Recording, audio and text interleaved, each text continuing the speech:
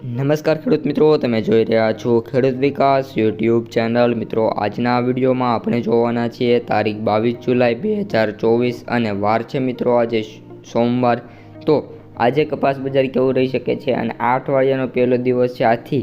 ઉપરાંત ખેડૂત મિત્રો એ પણ જણાવી દઉં કે આગામી 48 કલાક માટે આપણા સમગ્ર ગુજરાતમાં ભારેથી લઈને અતિ ભારે વરસાદની આગાહી છે, જેના કારણે જો તમે તમારો માલ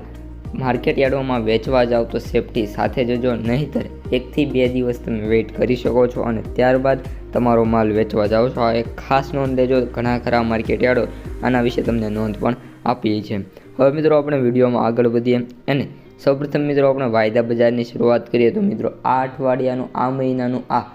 લાસ્ટ વીક છે અને મિત્રો આ અઠવાડિયા દરમિયાન આપણો જે MCX વાયદો છે એ એક્સપાયર થવાનો છે અને ત્યારબાદ નવી ડેટ સાથે MCX વાયદો ખુલશે અને જ્યારે ખુલશે ત્યારે આશા છે કે નવી તેજી સાથે ખોલવાની સંભાવના જોવા મળતી છે, પરંતુ અત્યારે વાત કરીએ તો સતત ઘટાડો જોવા મળી રહ્યો છે અને 57,000 સમથિંગ બોલાતો આપણે જ્યારે પ્રીવિયસ વિડીયો કર્યો હતો ત્યારે તમને MCX અને ન્યુયોર્કની માહિતી આપી દીધી હતી।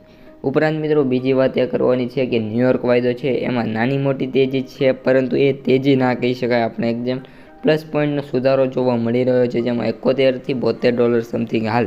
ન્યુયોર્ક વાયદો બોલાતો જોવા મળી રહ્યો છે। ખાસ કરીને મિત્રો આ વિડીયોમાં આપણે કપાસ બજાર કેવું રહેશે અને કપાસ બજાર વિશે થોડીક પ્રેડિક્શન આપવાના છીએ, જે આપણે આ વિડીયોમાં કવર કરીશું। સૌપ્રથમ મિત્રો વાત કરીએ કપાસ બજારની તો આ વીક દરમિયાન કપાસ બજાર સ્ટેબલ જોવા મળશે, કારણ કે વાયદા બજારમાં જો કોઈ મોટી હલચલ જોવા નહીં મળે તો કપાસના જે ભાવ છે જે આ અઠવાડિયા દરમિયાન 1500 રૂપિયાથી લઈને 1600 સુધી ખેડૂતોને મળ્યા છે એ જ જોવા મળશે। અને ત્યારબાદ વાત કરીએ ઘણા બધા સેન્ટરોમાંથી એવા 3 થી 4 સેન્ટરો હશે જ્યાં કપાસના ભાવ 1400ની નીચે પણ જોવા મળતા હશે, એટલે કે 1200-1300 જોવા મળી રહ્યા છે। ઉપરાંત બીજી વાત એ કરવાની છે કે હાલ કપાસના જે ખેડૂતો છે એ કપાસ પણ ઘણી ખરી માત્રામાં વેચી રહ્યા છે અને કપાસની આવકો પણ ગુજરાતમાં ધીરે ધીરે વધતી જોવા મળી રહી છે, જેના લીધે જે આપણો કપાસનો સ્ટોક છે એમાં સતત વધારો જોવા મળી રહ્યો છે। સામે જે પ્રાઇઝિંગ છે એ એક લેવલ ઉપર સેટ થયેલી છે અને કોઈ પણ વધારો અને ઘટાડો જોવા મળવાની સંભાવના નથી। ઉપરાંત મિત્રો આપણી પ્રેડિક્શનની વાત કરીએ તો આ વીક દરમિયાન કપાસના ભાવનો જે હાઈ છે એ મિત્રો મારા અંદાજ મુજબ 1640થી લઈને 50 સુધી પહોંચે તો એક સારી એવી માહિતી કહી શકાય છે,